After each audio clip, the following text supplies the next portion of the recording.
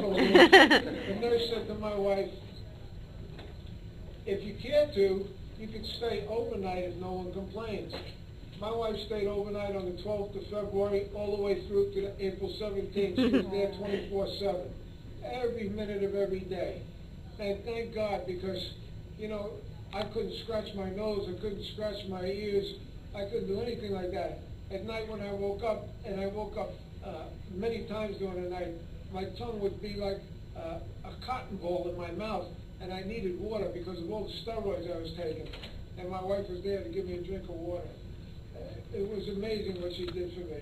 And not only that, but one of her main considerations was she could watch the nurses and the techs who came in to give me personal hygiene and comfort care and things of that nature, and she learned from them, and they were very willing to teach her.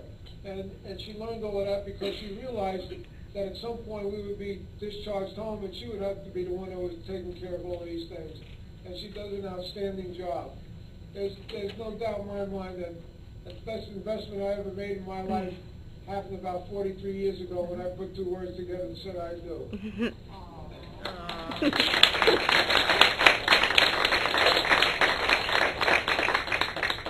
The second all-time best supporter is my daughter Lisa.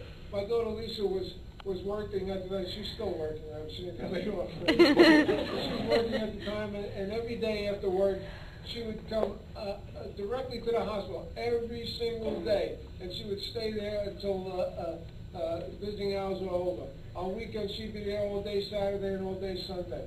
She made she bought a chalkboard, and she brought the chalkboard into my room, and she titled it Today's Victories.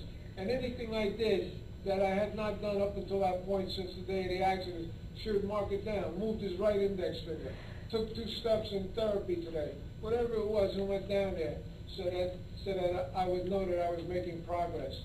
And then she authored my website on the Care Pages website, and she updated it every day, and people would post notices to that and send me well wishes and things like that, and she would copy them and bring them in and read them off to me every day. And it was a great deal of encouragement, and it helped me a lot. It was very supportive and encouraging.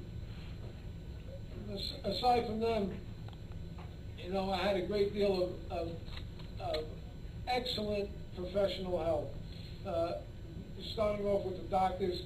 Dr. Shi would come in and visit me every day, and she was such a caring person. And she would examine me, and one of the first things she said to me when she saw my legs moving was, "You're going to walk. You're going to walk." And that was such a godsend to me.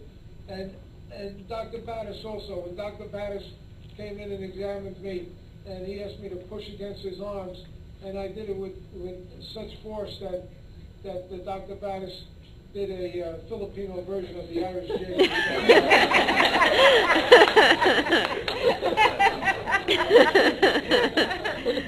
And the nurses there, the nurses in the rehab unit, they were outstanding. Nurse Pat, she realized that one of my main concerns was to get down to therapy on time. I wanted to utilize every single minute of therapy that I could, so I was usually down there 5 minutes ahead of time. And what we would do is my wife would feed me breakfast and get me dressed and call for the lift team. And we would call for the lift team, a half hour before I needed them. But of course, a lot of times the lift team was short of help, or they'd be in a distant part of the hospital and they wouldn't get there in time. And Pat, she recognized my anxiety, and she would come to me and said, "Don't worry, if they can't get here in time, I'll get you there." And I'm wondering to myself, now it takes 2 burly men from the lift team to put me in his hoist and in his bed. This frail little thing is going to do this. And she did. She was outstanding.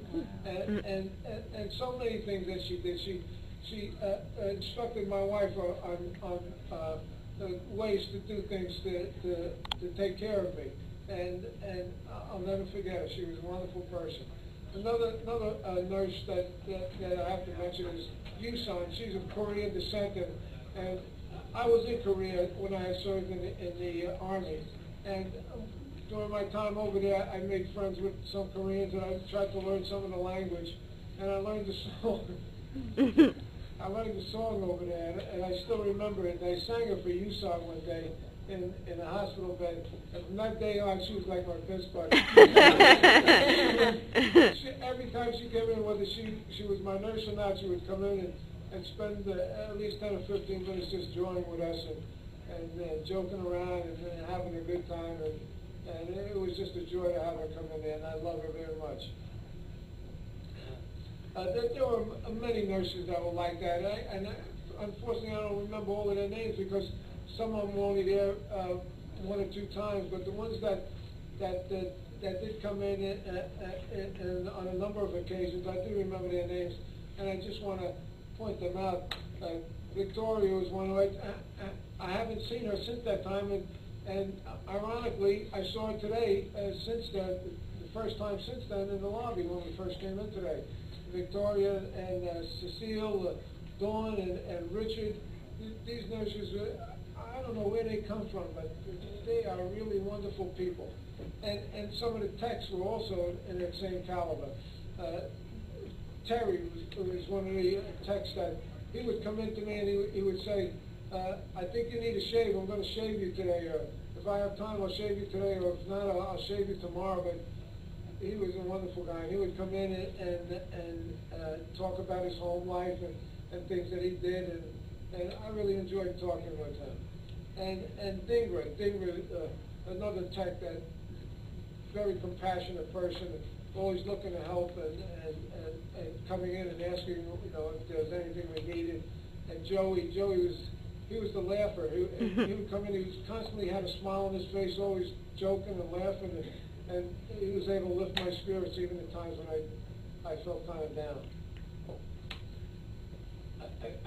I have to mention the 3 musketeers up in SCI Resources, TJ, Justin, and Tom.